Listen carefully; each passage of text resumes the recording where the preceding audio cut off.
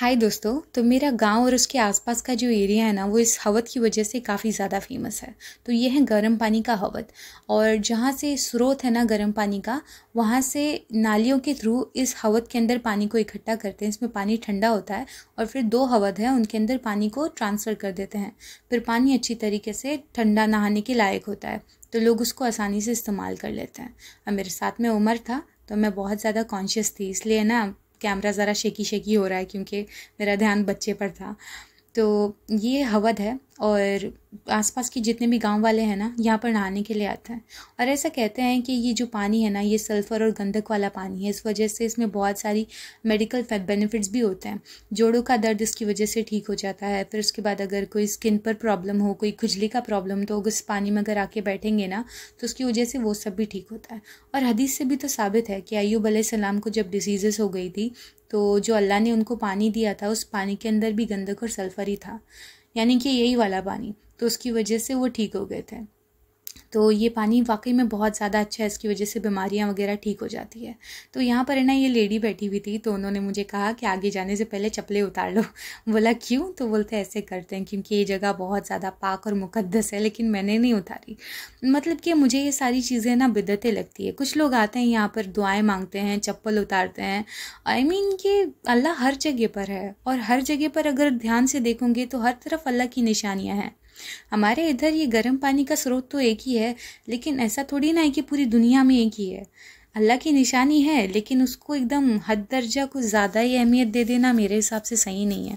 ऐसा सोचना कि यहीं पर आने के बाद दुआएं कबूल होती हैं, यहीं पर आके मन्नतें करना और यहीं पर आके दुआएं मांगना, मुझे नहीं लगता ये सही। इसलिए मैंने अपनी चप्पलें नहीं उतारी, ना ही मैंने उमर को कहा। हालांकि मुझे दिल में थोड़ा सा अजीब तो लग रहा था, लेकिन फिर वो अगर उनका अकीदा था कि चप्पलें उतारनी है, तो मेरा अकीदा है कि मैं नहीं उतारूँगी। मेरे हिसाब से वो बिद्दत है।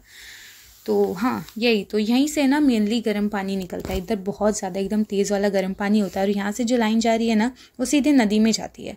और जो बंद वाला पार्ट है ना, वो हवद के अंदर जाता है इस तरीके से। और इसके अंदर है ना, लोग अक्सर कॉइन्स डालते हैं। कह रही हूँ ना, यहाँ पर मन्नतें वगैरह बांधते हैं लोग।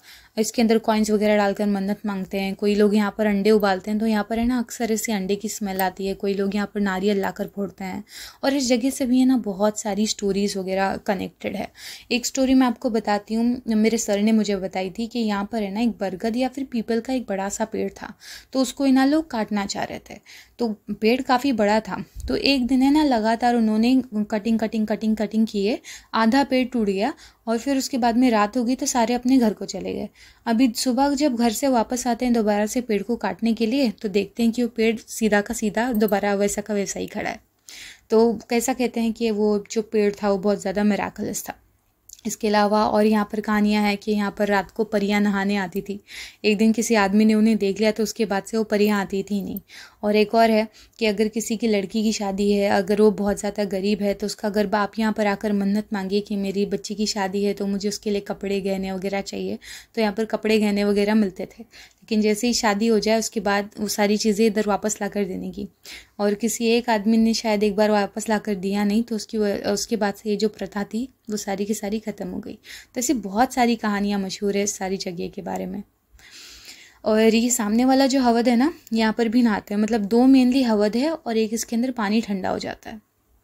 तो यही है वाकई में। मतलब हमारा जो गांव है, उसके आसपास का जो इलाका है ना, वो इसी की वजह से मशहूर है। दूर दूर से यहाँ पर लोग आते हैं अपना जोड़ों का दर्द ठीक करने के लिए। कुछ लोग मन्नतें मानते हैं, और कुछ लोगों को अगर इचिंग वगैरह की प्रॉब्लम हो, तो वह यहाँ पर आते हैं। और इस जगह को बहुत ज़्यादा मुकद्दस समझा जाता है फॉर सम रीज़न। लेकिन ऐसा इससे कि मुझे ऐसा नहीं लगता। मतलब आज अपने आसपास देखेंगे तो हर एक चीज़ अल्लाह की बनाई हुई है। हर एक चीज़ में उसकी कुदरत की निशानियाँ झलकती है, हर तरफ है वो। तो किसी एक जगह को इतना मुकद्दस बना देना, वहीं पर जाके दुआएं मांगना, वहीं पर जाकर मन्नतें मांगना, मुझे नहीं लगता ये सही है। वेल, हर किसी के अपने अलग अलग ओपिनियन होता है। हम किसी को जज करने वाले नहीं होते, लेकिन मैं अपना साइड रख रही हूँ। मतलब ऐसा थोड़ी ना है कि अगर मैं वहाँ पर अपनी चप्पलें नहीं उतार रही हूँ तो मैं कुछ गलत कर रही हूँ, उस टाइप का भी नहीं है। ये मेरा ओपिनियन है। मुझे लगता है अल्लाह हर तरफ है। तो मेरे हिसाब से मस्जिदों के अलावा हमें किसी और जगह को अहमियत ज़्यादा नहीं देनी चाहिए। वेल, आपको ये वीडियो कैसा लगा मुझे कमेंट करके बता सकते हो। मैं मिलती हूँ आपसे अगली वीडियो में। तब